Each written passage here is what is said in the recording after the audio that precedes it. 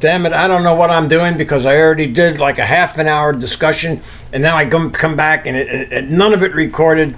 So I'm very frustrated, and there's some good stuff in there, and I guess I could do it again, but my God, I don't know what happened. I thought I pressed the right buttons, and just it went nowhere.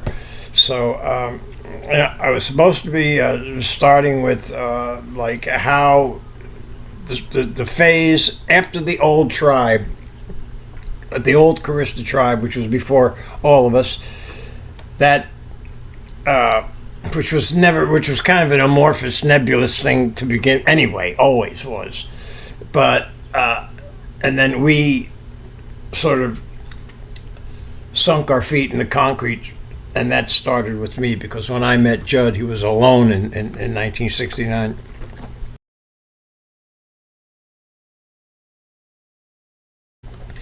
And the old tribe used to say, Judd, everybody loves him, but no one can live with him.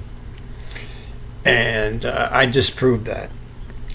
And I also had to disprove everyone's opinion that any guy who joins Judd is just going to be a lackey and a follower and into guru, leader, prophet, whatever, all that crap. And that wasn't me. I'd had a very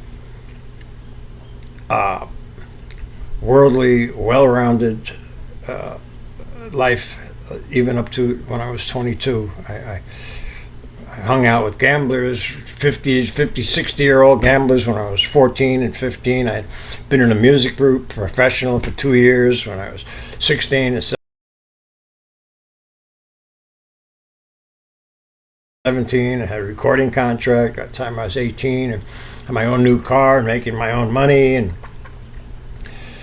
got into trouble with drugs when the epidemic took place, and did a year in a penitentiary, most of 69, and then went out to San Francisco. So I was nobody's fool and nobody's follower.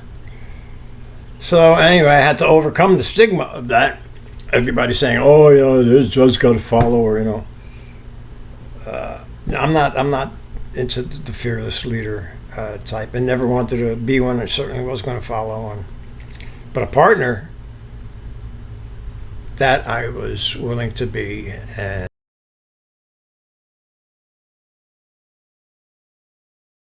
as we hung out and got together and hung out more and more, well, ultimately I had got myself a room on Clayton Street through a girl that I went out with. She moved up to the country, left me her room. She took me out my first weekend in the city, got me on general assistance welfare, and they gave me $60, a $60 rent voucher every month, and $30 food voucher. So I was fed and had a roof over my head and doing fine, and just developing friendships, which is, there's in San Francisco at the time in 69, it's easy to, find people to get high with and even jam with, but to find really qualitative, high level, high caste system friendships is just like anywhere else. It's difficult, it's hard.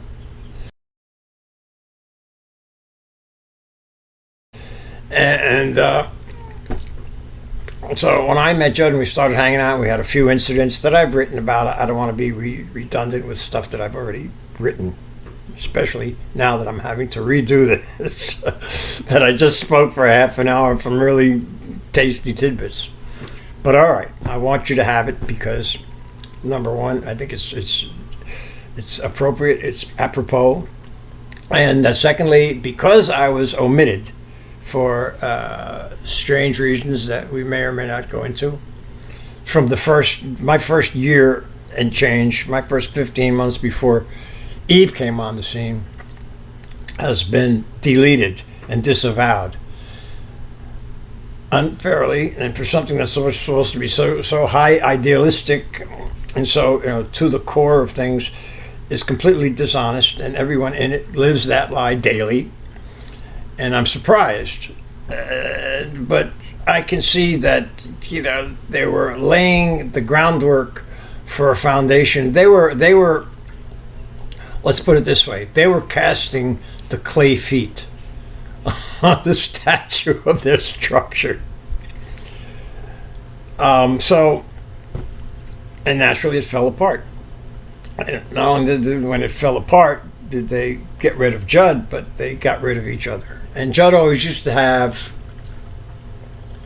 an expression that I don't know where he got it from or he originated it, was that, we're going to stand in a circle, and when the thing is working, we're going to all stand in a circle looking towards the center, and then we're all going to do about face and start walking, which if you can use your imagination, that means people start walking away from each other in 360 degrees, and when you do that, you'll never see the person next to you or anyone else again. You just keep total entropy, which is pretty much what happened. A few couples emerged out of it, but a lot of resentment in the end. And you can see the damage done to the people that stayed and hung in there, and their trust, the fact that they gave themselves to basically a megalomaniac dictator, and preached democracy all over the place, but didn't really live it. Not where it counted. I mean, maybe, which record we want to listen to. Oh, the vote goes this way. But in terms of real life experiences, I mean, you got people that are going into the corporate business world who didn't want to, but ended up because the prophet said so. And, him just pushing himself as the prophet of the next great religion of the world, and that we are meant to follow this great religion, and to the exclusion of, it's amazing how much of life to the exclusion of. And a lot of us joined because we wanted to go. I know I was not made for monogamy, not until a long, long time later. I didn't get monogamous until I was in my late 40s. And when I did do it, I had had enough of what a lot of people gave up when they were very young. Well, I refused to give that up. I wanted to experience, in my case, as many women as I could, as many places to live as I could, as many friends as I could, as many art forms as I could. And that's just me personally. I don't know how other people live with themselves, and I'm not knocking, people that are meant to be married. God bless them, and I just hope it works out. I hope everything works out for everyone. That doesn't hurt anyone else. So, or prejudice, or limit the opportunities and the possibilities for others. We should all, be able to